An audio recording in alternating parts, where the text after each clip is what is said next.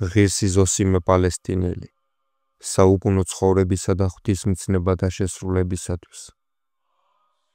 ნეტარმა აბამ დასცინა, ნეტარ სულს წყურია საუკუნო ცხოვრების მოპოვება, მაგრამ ნებიანი სურვილები გვიტაცებენ და მათი სიყვარულის გამო გავურბივართ ჭირთა და განსაცდელთ ცხოვრებაში.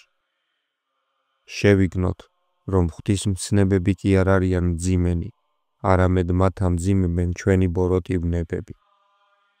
განა არ ხდება ისე, რომ ზღვაში ჩაძირვის ან და ავაზაკთა ხელში მოხვედრის შიშით ხშირად ჩვენს მონაგებს ხალისით ვყრით, რადგანაც ვხვდებით, რომ სიკვდილი მოგველის და არაფერს ვიშურებთ, ოღონდ ცოტა ხანს კიდევ ვიცოცხლოთ დედამიწაზე და ბედნიერადაც ვთვლით თავს, თუ კი დანაკარგის ფასით ვიხსნით თავს ავაზაკებისაგან, ან მძინვარე სტიქიისაგან.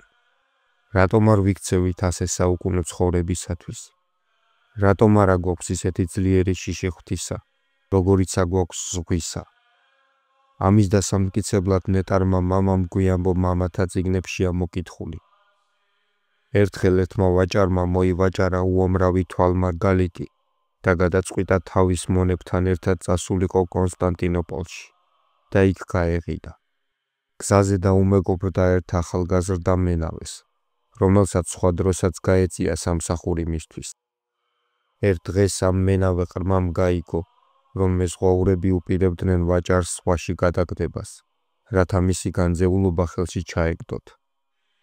ამ ამბავმა იგი ძალიან დააღონა. ვაჭართან მისულმა ყრმამ ვერ გაბედა მისთვის ყოველივე ესე თქვა, მაგრამ ვაჭარი არ მოეშვა და წუხილის მიზეზი გამოიწია. როცა ყველაფერი შეიტყო, მან მოიხმო მსახუნი, მოატანინა პირწმინდად მთელი განძეულობა და უბრძანა ზღვაში გადაეყარათ და თან დასძინა. ამისთვის მიწვალია ზღვაშიც და ხმელეთზედაც, მაგრამ თუ მოვკვდები, ჩემი აღარაფერი იქნება. ვაჭრის საქციელმა მეტად განაცვიფრა მენავე და გაიფანტა მათი ბოროტი განზრახვა. და ამბობდა ნეტარი მამა, სიკვდილის შიშმა იგი ბრძნად აქცია სიტყვითაც და საქმითაც, რათა ეს ხანმოკლე ცხოვრება შეენარჩუნებინა და სამართლიანადაც მოიქცა, რადგან თუ ის მოკვდებოდა, რა სარგებლობა ექნებოდა ამ ძვირფასი ქვებიდან. ეს სიკვდილის შიშმა გააკეთებინა, ღვთის შიშისათვის ამის გაკეთება გაუძნელდებოდა. სხვა საქმეებსაც, რომელთაც ახლავთ სიკვდილის შიში, საიდანაც გინდა იყოს, კაცი ადვილად ერიდება. რასაც ვერ თმობენ ღვთის შიშისათვის, ადვილად ელევიან ხორციელის სიკვდილისათვის. ჩვენ კი მცირეოდენი ჭირის გადატანაც არ გვინდა ქრისტეს მცნებებისათვის. თუმცა როგორც ზემოთ თქვით, არც ისე მძიმეა ღვთისმცნებანი, ჩვენი ბოროტი ნებანი და ვნებების სიყვარული, რომ არ ამძიმებდნენ მას. ამბობდა ნეტარი, თუ კი ჩვენ ვინმესგან შეგვემთხვევა რაიმე ბოროტება, არ აღირს მწუხარებად. წუხილი გვმართებს იმაზე, რომ ძმას ევნო სულიერად. რა გვავნო ჩვენ ქვეყნიურმა ჭირმა, რომელიც შეგვთხვევია? პირიქით უფრო გვარგო მან, როგორც ამას თვით უფალი გვეუბნება. გიხაროდენ და მხიარულიყვენით, რამე თუ სასყიდელი თქვენი დიდარსცა და შინა. ხოლო ჩვენ იმას კი არ ვწუხართ, რისთვისაც ევნო უფალი ჩვენი იესო ქრისტე, არამედ ბოროტი გულის თქმებისთვის, რის გამოც სამართლიანად ვისჯებით. რადგანაც ერთი სხეულის ასოებად გაგვაჩინა ყველანი ღმერთმა, როგორც ათქვა მოციქულმა, ყოველნი ასონი გვამისანი, ყოველნი იგი ერთ გვამარიან და თავ ყოველთას არს ქრისტე. როცა ძმა გვაწუხებს, იმას გავს, უძლურმა ხელმა ან თვალმა რომ შეგვაწუხოს. ამისთვის ჩვენ ხომ არ ვიკვეთავთ ხელებს, არც თვალებს ვითხრით, როცა ისინი ტკივილებს გვრიან, არამედ გამოვისახავთ პატიოსან ჯვარს მასზე და ვევედრებით ღმერთს, რათა განვკურნოს და თან წამალსაც ხმარობთ, რათა მტკივანი ასო განვიკურნოთ. ამრიგად როგორც ლოცულობთ თვალისა და ხელისათვის, რათა განიკურნოს, ასევე უნდა ვილოცოთ ძმისათვისაც. ჩვენ კი ასე როდი ვიქცევით, არამედ ვეშურებით ჩვენთვის ახლობელს ბოროტებით გადავუხადოთ. და ამბობდა ნეტარი მამა, ვისაც აქვს სიყვარული ან მოწყალება, უპირველეს ყოვლისა თავის თავს ახარებს და არგებს. შემდეგ კი მოყვას. ასევეა უკეთურება. იგი პირველად მის მფლობელს ვნებს. თუ ბოროტებას სურს მოყვასის ვნება, წარმავალი საფასის მიტაცება, ან თუნდაც მისი გვამის ვნება. ასეთი მთლიანად კარგავს საუკუნო ცხოვრებას. თუ ჯეროვნად არ შეინანებს.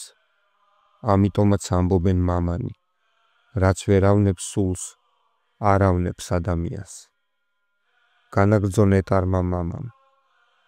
ერთმა ძმამ კითხა, მამაო, მრავალია მცნებები იმდენად, რომ მათი სიმრავლით დაბნელდება კაცის გონება, რომელი დაიცვას და რომელი არა, ძნელია გასარჩევად. ეგებ ყველა მცნებათა დაცვა ასაჭირო, მაგრამ ეს ადამიანს არ შეუძლია. მე ვუპასუხე მას, ეს შენ ნუ გადარდებს, მხოლოდ დაიმახსოვრე, რომ თუ გულიდან ამოვიგდებთ ნებების სიყვარულსა და ხორციელ საქმეებს, მაშინვე ადვილდება მცნებათა შესრულება, რადგანაც უფლის მცნებანი კი არაა მძიმე, არამედ ჩვენი ნება არ გვინდა მივმართოთ იმათკენ და ამით ვამძიმებთ მას. როცა ვაიძულებთ თავს ღვთისათვის სათნო საქმეთა კეთებას, ღვთის მადლით ყოველივე ადვილი ხდება. ჩვენი უფლისაკენ მიქცევა მოიზიდავს ჩვენზე ღვთის შეწევნას. როგორც წმინდა ანტონი გვასწავლის, სათნოებები ჩვენს ნებაზეა დამოკიდებული. არ დაგჭირდება სასუფევლისათვის შორგზაზე წასვლა, ან ზღვის გადალახვა, არამედ ჩვენშია იგი, თუკი ჩვენ მოვისურვებთ მის მოპოვებას. და მართლაც, უფრო ადვილი არ არის გვიყვარდეს ჩვენი ძმები და ჩვენც ვუყვარდეთ მათ. ან რა შრომა უნდა მტერთათვის ლოცვას და არა ძვირის ხსენებას მოციქულთა მსგავსად, რომლებიც ხარობდნენ, როცა უფლის სახელისათვის გინებულიყვნენ. იდევნებოდნენ და ყოველგვარ შეურაცხყოფას ხებულობდნენ. ასევე მეტად სასურველია ქრისტესთვის სხვა სახის მსახურებანიც, მაგრამ ჩვენი ნება და ბოროტი გულის თქმები გვიმძიმებენ მათ. როგორც ოსტატი, რომელიც ცოდნას გადასცემს თავის შეგირდს, ნახავს რა, რომ შეგირდი კეთილად ეუფლება ხელობას, ტოვებს თავის სამუშაოსთან მარტოს და არ საჭიროებს მის გვერდით ჯდომას. მხოლოდ დრო და დრო მიაკითხავს მას, რომ არ შეეშალოს რაიმე, ან არ გაზარმაცდეს. ასევეა დემონებიც, თუ დაინახეს, რომ სული ისმენს იმათსას და იმათ ბოროტ განზრახვებს ადვილად იღებს, მას ასწავლიან ეშმაკის ხელოვნებას და უკვე საჭიროდ აღარ თვლიან მის გვერდით ყოფნას, რადგან იციან, რომ საკუთარ თავთან ბრძოლა საკმარისი აქვს. მხოლოდ დრო და დრო მივლენ, რომ არ მოდუნდნენ და შეახსენებენ თავს, შემდეგ კი განერიდებიან. სწორედ ეს ბოროტებისადმი მიდრეკილებაა ჩვენი დამაბრკოლებელი, რადგანაც არ გაგვაჩნია ბოროტ გულის თქმებთან და ვნებებთან ბრძოლის უნარი და თუ კი იქნებოდა სიყვარული ღვთის მცნებებისა, გაგვიადვილდებოდა მათი შესრულება.